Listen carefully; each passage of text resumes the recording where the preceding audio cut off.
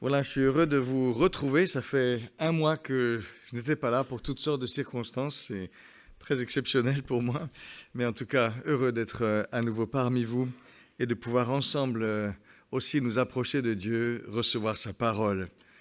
Vous avez été rappelé vraiment combien Dieu est avec nous, tout ce qu'il veut être aussi pour nous.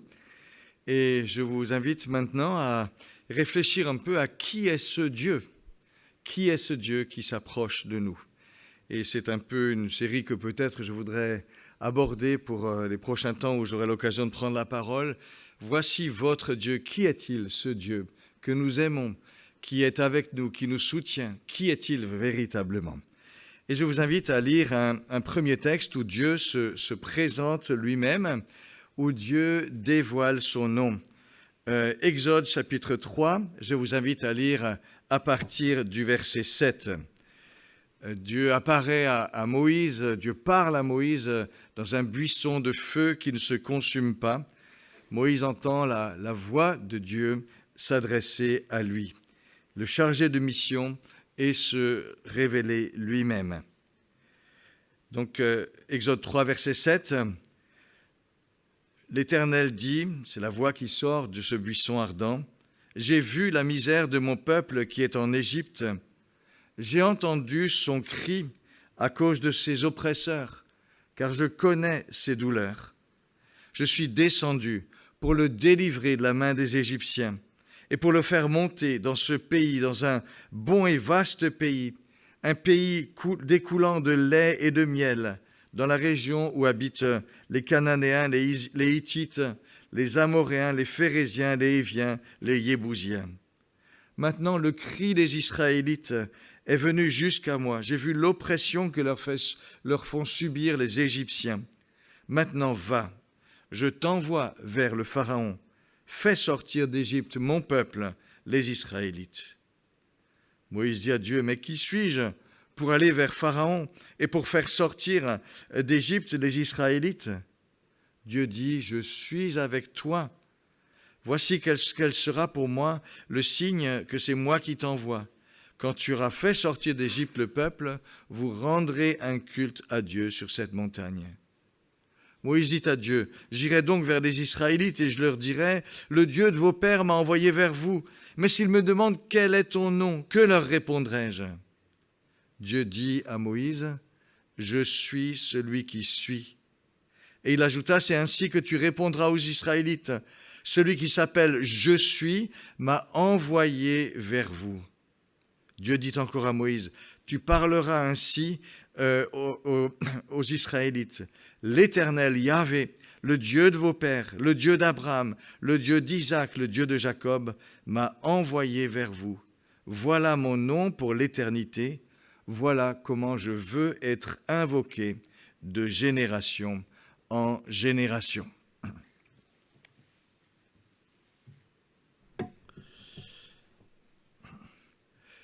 Je suis celui qui suis, ou je suis qui je suis. C'est avec cette parole prononcée par la voix sortie du buisson ardent que Dieu se désigne lui-même à Moïse et, dit-il, qu'il révèle son nom pour l'éternité. La formule a l'air d'un mystère. Elle pourrait même sembler fermée sur elle-même, je suis qui je suis, comme une sorte de refus de se dévoiler. Elle est pourtant un dévoilement de Dieu. Dieu explicite ici la signification de son nom personnel, son nom d'alliance, le nom Yahvé. Et nous voilà avertis. Il reste bien sûr en Dieu toujours une part de mystère, une part qui n'appartient qu'à lui, même si dans sa grâce, il se fait connaître à nous. Je suis celui qui suis. Cette parole vient aussi en écho aux questions d'un homme, Moïse, que le Seigneur charge de mission. Va, je t'envoie vers le Pharaon. Fais sortir d'Égypte mon peuple. Fais sortir les Israélites. Mission magnifique, mais tellement angoissante pour Moïse. Il recule. Mais qui suis-je, moi? Qui suis-je? Littéralement, qui, moi? Et la voix répond, je suis avec toi. Mais quel est vraiment ton nom ? Demande Moïse. Quel est vraiment ton nom ? Je suis celui qui suis, celui qui s'appelle Je suis, voilà celui qui t'envoie, voilà ton Dieu. L'Égypte, le Pharaon pour Moïse, qui avait fui ce lieu, c'est le souvenir d'un échec cuisant, une douleur sur laquelle il voulait tirer un trait définitivement. Et il faudrait tout reprendre, tout réorienter. Mais qui es-tu, Seigneur, toi qui m'envoies ? Quel est donc ce Dieu qui peut réorienter notre vie, qui peut la changer radicalement ? Quel est donc ce Dieu qui peut nous retourner totalement, bouleverser notre vision des choses, notre vision de nous-mêmes, notre vision de nos priorités ? La réponse que nous donne ce texte, je suis, avec cette expression, je suis celui qui suis, se donne en deux pôles. Le premier pôle est universel. Dieu parle de lui-même. C'est la grande déclaration du Seigneur par rapport à lui. Je suis qui je suis. Mais il y a un deuxième pôle plus concret où affleure l'histoire des hommes. Car Dieu dit également dans ce même texte, je suis le Dieu d'Abraham, le Dieu d'Isaac, le Dieu de Jacob. Les deux sont distincts, mais aucun des deux n'est sans l'autre. Et d'une certaine manière, on peut dire que toute la révélation de Dieu dans la Bible se condense dans ces deux noyaux. D'un côté, ce que Dieu est pour lui, en lui-même, d'un autre côté, ce qu'il est dans les relations avec les hommes. Premier pôle donc, celui où Dieu dit de lui-même « Je suis celui qui suis ». Il s'agit ici d'une explication du nom personnel de Dieu, le nom Yahweh que les Juifs pieux ne prononcent jamais, et remplace par le titre « le Seigneur ».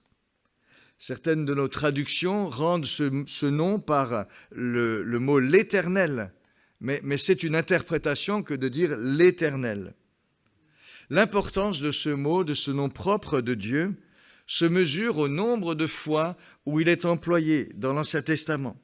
Plus de 6800 fois dans l'Ancien Testament, ce nom personnel de Dieu est employé, contre seulement 2600 fois où c'est le nom plus général parlé de Dieu. Donc on voit vraiment combien ce nom personnel de Dieu compte véritablement.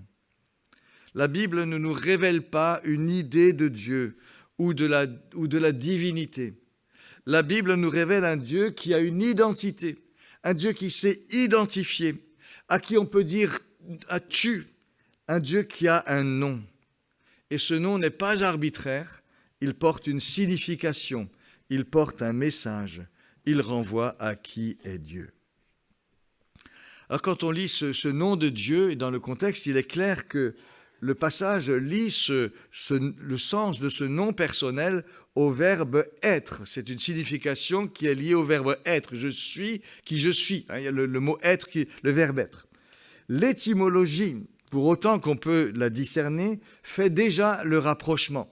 Les 4 lettres du mot Yahvé, ce qu'on appelle le tétragramme, cela semble combiner 2 manières de dire « il est ».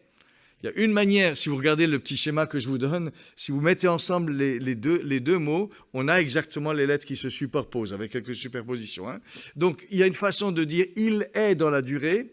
Donc, c'est donc Hawa, ce qui est à gauche, une façon de dire « il est » dans l'actualité, il est vraiment. Et ces deux façons de dire « il est », si on les combine, cela donne ces 4 lettres du nom de Dieu. Donc le verbe « être » est lié à cette forme même du verbe. Mais c'est surtout le dialogue entre Moïse et le Seigneur qui montre le lien avec ce verbe « être ». Dieu répond en 3 temps à la question « quel est ton nom ?» D'abord, il y a la formule « je suis qui je suis ». Puis ensuite, le premier mot de « je suis » est employé comme une sorte de nom propre. Celui qui s'appelle « je suis » t'envoie véritablement, t'envoie vers le peuple d'Israël. Et là maintenant, « je suis » devient un nom propre. Et c'est ensuite qu'on dit Yahvé m'a envoyé vers vous. Donc tout cela, ça fait un lien pour dire vraiment qu'il y a un lien avec le verbe « être ». Je suis qui je suis. Quelle implication donc peut-on tirer de ce nom de Dieu, un peu bizarre, un peu étrange, je suis qui je suis? Il me semble que ce nom, avec ce qu'il est, nous met en face d'un certain nombre de grandes vérités. D'abord, par ce nom, Dieu affirme qu'il existe. Je suis, ça veut dire j'existe. Ça peut sembler une vérité basique dès qu'on parle de foi. Il faut que celui qui s'approche de Dieu croit que Dieu existe. C'est le point de départ. Et pourtant, bien des personnes qui disent « je crois » vivent en fait comme s'il n'était pas vrai que Dieu existe. C'est comme si cette vérité ne faisait aucune différence dans leur vie. Pour dire les choses un petit peu familièrement, pour beaucoup, Dieu existe, oui, mais concrètement, on lui tape l'ignore. On se comporte comme s'il n'existait pas. Et c'est comme ça que beaucoup de gens aujourd'hui croient, entre guillemets. On croit, mais en donnant à Dieu un rôle totalement insignifiant. On croit, mais sans chercher à le connaître, à le rencontrer. On croit, mais sans trop chercher à écouter sa parole. Et c'est pourquoi il est bon de rappeler que le nom de Dieu est « Je suis », j'existe. Et cette vérité, si on la confesse, change vraiment tout, change les choses. Dieu ne veut pas faire partie des meubles. Il veut être pour nous une personne vivante. Son nom est « Je suis », j'existe. Je veux être quelqu'un pour toi. Je suis qui je suis, j'existe. Je veux être quelqu'un pour toi aussi. Deuxième application du nom, je suis qui je suis, signifie que Dieu ne doit son être et sa personnalité à nul autre qu'à lui-même. Je suis qui je suis. Qui je suis. Aucune personne, aucune puissance extérieure à Dieu ne lui a donné l'existence, ni ne l'a formé pour qu'il soit ce qu'il est. Nous sommes chacun dépendants. Nous avons chacun reçu ce que nous sommes. Lui est totalement autonome, dans un sens absolu. Si on lui demande « Pourquoi es-tu ce que tu es ?», la seule réponse c'est « Je suis qui je suis ». Et ceci de toute éternité. On peut se reporter en pensée avant que le monde existe, avant qu'existe le système solaire, la moindre parcelle, la moindre planète, la moindre parcelle de matière. À ce point-là, déjà Dieu est. Au commencement, Dieu. Rien ne le précède, rien ne l'a fait. Il est. Tout est de lui. En lui réside la plénitude de l'être, le jaillissement éternel de l'être. C'est juste quelque chose d'immense à penser. Le jaillissement éternel de l'être, de toujours, l'être jaillit de Dieu. Je suis qui je suis. Et ceci simplement par la puissance d'être qui est celle de Dieu. La source d'où tout a jailli, c'est lui. La fontaine éternelle de toute la fabuleuse richesse de l'être, c'est lui. Dans la simplicité, dans la brièveté de ce nom « Je suis », se concentre à la fois l'absolu, rien n'est au-dessus de lui, et la plénitude. Il possède toute la richesse de l'être, et ceci par lui-même. C'est extraordinaire juste d'essayer d'y penser. Dieu ne doit son être, sa personnalité à nul autre que lui-même. Ça fait sa suréminence d'une manière extraordinaire. Troisième implication du nom, c'est « Je suis qui je suis », c'est que Dieu ne change pas. Je suis qui je suis. L'assonance des mots dit « ça ne bouge pas ». Dieu ne change pas. Dans Malachie 3, verset 6, le Seigneur dit « Moi, le Seigneur, je ne change pas. Et c'est pourquoi vous, les fils de Jacob, vous n'êtes pas consumés. » En ce qui concerne, nous changeons. Nous tournons parfois notre veste. Nous manquons parfois de détermination. Nous nous laissons surprendre par des circonstances que nous n'avons pas prévues. En ce qui concerne Dieu, il n'en est pas ainsi. Rien dans le monde ne peut le prendre par surprise. Rien ne peut le conduire à agir hors de lui-même ou en reniant son intégrité. Il reste ce qu'il est. Il est fidèle à lui-même dans tout ce qu'il fait. Jamais il ne trahira son caractère. Comme Jacques le dit, en Dieu, il n'y a ni changement, ni ombre de variation. Il est le même hier, aujourd'hui, demain. Et cette fidélité est vraiment le fondement en béton de la confiance que nous pouvons mettre en lui. Il ne change pas, il ne se renie pas. Quatrième implication de ce nom, me semble-t-il, c'est que Dieu est totalement suffisant. Il n'a pas besoin de recevoir quoi que ce soit de quiconque. Je suis qui je suis. Il n'a pas besoin des conseils de quiconque. Il n'a pas besoin non plus de recharger ses batteries quelque part dans l'univers. Au contraire, il est lui la source, l'unique source à laquelle tout s'alimente. Comme le dit le prophète Ésaïe, le Seigneur, le Dieu d'éternité, ne se fatigue pas, ne se lasse pas. On ne peut sonder son intelligence. Et cette suffisance nous dit qu'il a vraiment la puissance d'être pour nous aussi la source quotidienne de toute la force dont nous avons besoin et l'initiative et l'initiateur de tous les projets nécessaires pour que notre vie avance. Et ceci au présent comme pour l'éternité. Un Dieu totalement suffisant. Autre implication de ce nom, je suis qui je suis, c'est que la vérité de Dieu compte plus que nos sentiments le concernant. Nous pouvons vouloir ou espérer que Dieu soit de telle ou telle manière, que Dieu agisse de telle ou telle façon.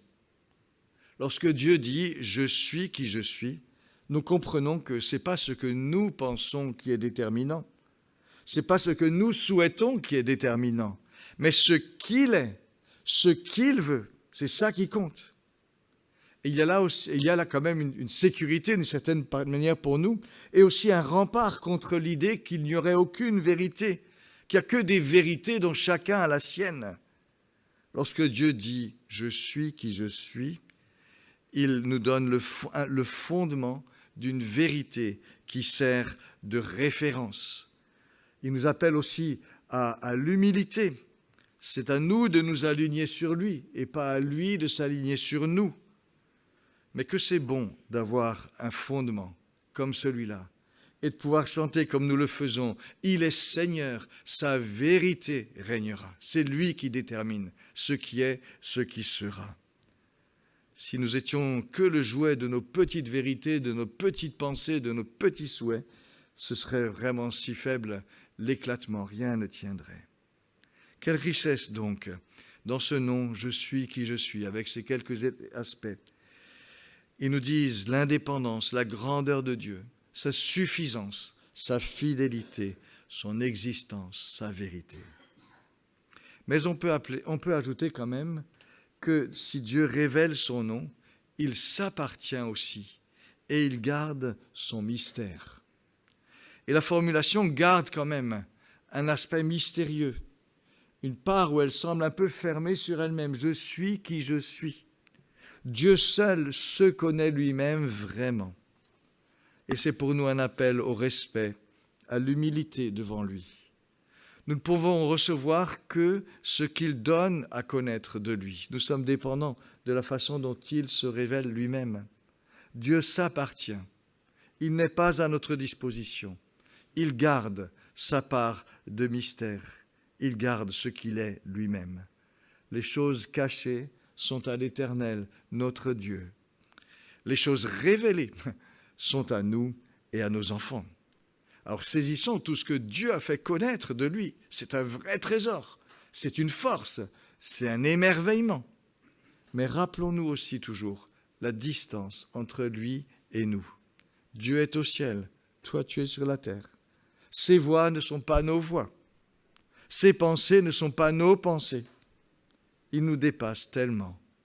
Restons petits à notre place, mais appuyons-nous de tout notre être sur ce qu'il est, sur ce qu'il fait connaître de lui. Par tous ces traits, Dieu apparaît vraiment comme le Seigneur, dans son indépendance majestueuse et dans le fondement qu'il peut être pour nous. Je suis qui je suis. C'est là le premier pôle de cette révélation de Dieu, lorsqu'il révèle son nom. Et pourtant, ce même Dieu choisit aussi une deuxième manière de parler de lui. Et non seulement dit-il « Je suis qui je suis », mais il ajoute « Je suis le Dieu d'Abraham, le Dieu d'Isaac, le Dieu de Jacob ». Et c'est vraiment quelque chose de très beau de voir que lorsque Dieu se présente lui-même, il veille à ces deux aspects.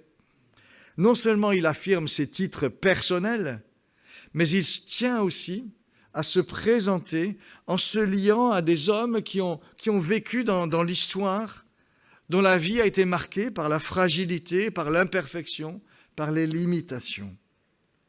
En se faisant connaître, le Dieu de toute plénitude qui s'appartient lui-même accepte aussi d'être perçu au travers de personnes qui ont vécu à un moment particulier de l'histoire, dans des circonstances bien définies, avec des caractères bien à eux.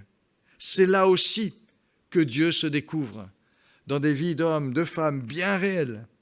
C'est là aussi qu'il veut être connu, c'est là aussi qu'il veut nous rejoindre, nous personnellement.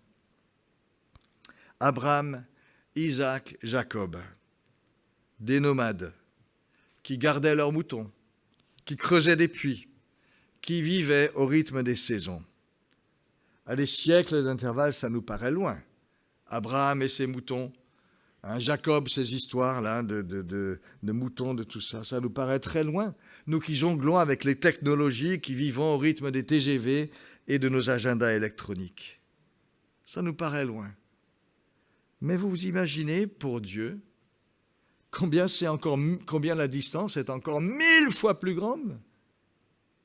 Nous disons, mais Abraham, Isaac, Jacob, c'est loin de nous. Et par rapport à Dieu, quelle distance que ce Dieu-là s'intéresse à Abraham, Isaac et Jacob.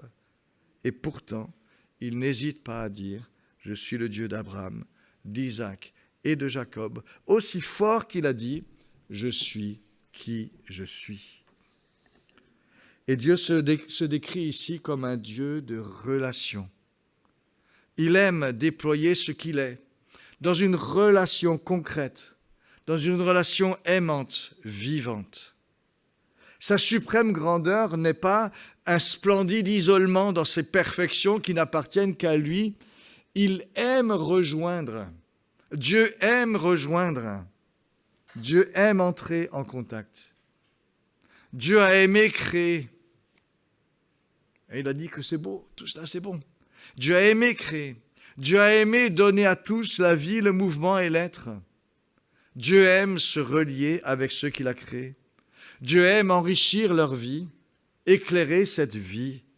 Dieu aime être pour eux, pour nous, un partenaire de vie, un partenaire d'espérance. Il y a là vraiment quelque chose qui l'exprime authentiquement, au point qu'il se présente comme ça, le Dieu d'Abraham, d'Isaac, de Jacob, qui aime les rejoindre, qui les a rejoints, qui les a accompagnés. C'est d'ailleurs ce que Dieu dit ici à Moïse, « J'ai vu la souffrance de mon peuple en Égypte, j'ai entendu ses cris, je connais ses douleurs et je suis descendu pour le délivrer. » Il est le Dieu qui aime rejoindre, qui aime rejoindre. Il aime rejoindre et il le fait de sa propre initiative. Dieu est un Dieu d'initiative et dans son amour gratuit.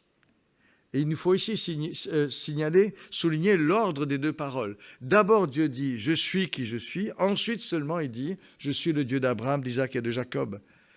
Le Dieu d'Abraham n'est pas le Dieu inventé par Abraham, mais c'est le Dieu qui s'est fait connaître à Abraham, qui est lui-même et qui s'est fait connaître et qui en a eu l'initiative. Et la Bible insiste sur cette initiative. Abraham ne connaissait rien du Dieu unique de Yahvé. Il était polythéiste, il adorait toutes sortes d'idoles. Et il a fallu que Dieu lui parle, intervienne pour lui de manière très claire pour qu'il se débarrasse de ces faux dieux et qu'il s'attache au Dieu unique et au Dieu vivant. Sans l'initiative de Dieu, Abraham serait resté tel qu'il était, à l'endroit où il était, dans les idées qui étaient les siennes.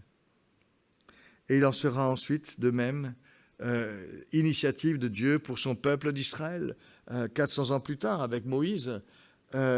Sans l'initiative de Dieu pour faire sortir son peuple d'Égypte, rien ne se serait passé. sans de multiples initiatives ensuite dans toute l'histoire du peuple de Dieu, alors que Dieu a parlé de tant de manières par les prophètes, par tous ceux à qui il s'est révélé, Dieu serait resté lointain, la connaissance de Dieu serait restée complètement floue. Mais Dieu, dans l'histoire, a parlé, a multiplié les initiatives, s'est fait connaître. Il a donné ses promesses, il a donné sa loi, il a donné des directives de vie, il a indiqué les chemins du pardon, les chemins du relèvement, les chemins de l'espérance. Et nous savons que ce long mouvement d'initiative de Dieu trouvera son point culminant en Jésus, le Fils unique du Père de toute éternité, lui par qui tout a été créé, s'abaisse jusqu'à épouser notre condition humaine. Et non seulement cela, mais il endosse volontairement le châtiment que méritent nos fautes, nos péchés, nos révoltes. Et tout ça pour faire triompher la vie, triompher le pardon et ouvrir les chemins de la vie éternelle. Et nous savons que Jésus a repris pour lui-même ce nom unique de Dieu. Il s'est désigné comme « Je suis ». Avant qu'Abraham fût, « Je suis », dit Jésus dans Jean 8, 58. Mais Jésus a fait la preuve que pour Dieu, dire « Je suis » est tout sauf une parole qui l'isole. C'est une parole qui véritablement vient, multiplie les initiatives. Et c'est ici que je peux ajouter une petite remarque sur le nom « Je suis qui je suis ». Il y a une souplesse dans l'hébreu en ce qui concerne le temps des verbes. Et à cause de cette souplesse du temps des verbes, la formule « je suis qui je suis » peut aussi avoir une nuance supplémentaire, qui est de dire, ça implique aussi l'idée « je serai qui je serai ». Dieu dit « je suis vraiment qui je suis », mais en même temps, il reste encore de quoi révéler. Je serai qui je serai. Le temps du verbe permet de dire cela. Et là, ce qui est très beau, c'est que le nom de Dieu apparaît aussi comme étant une promesse. Je suis qui je suis et je serai qui je serai. Vous n'avez pas fini de voir la signification, la portée de ce nom. Et lire l'histoire de Dieu avec son peuple permet de dire combien Dieu a été fidèle à la promesse de son nom. Le psaume 138 dit « La grandeur de ton nom c'est accentuée par l'accomplissement de tes promesses ». Et nous pouvons nous aussi avoir confiance dans ce Dieu qui est, mais qui dit « Je serai qui je serai encore ». Il est. Nous n'avons pas fini de découvrir la richesse de cette promesse, ce Dieu qui est, ce Dieu qui était, ce Dieu qui vient, ce Dieu vivant. Le Dieu d'Abraham, le Dieu d'Isaac, le Dieu de Jacob, qui arrive au Dieu de Jésus-Christ, ce Dieu est fidèle, infiniment fidèle à la richesse de son nom de promesse. Et puis, dernier point que l'on peut souligner, c'est que le Dieu d'Abraham, d'Isaac et de Jacob est aussi celui qui se fait connaître vraiment dans l'expérience concrète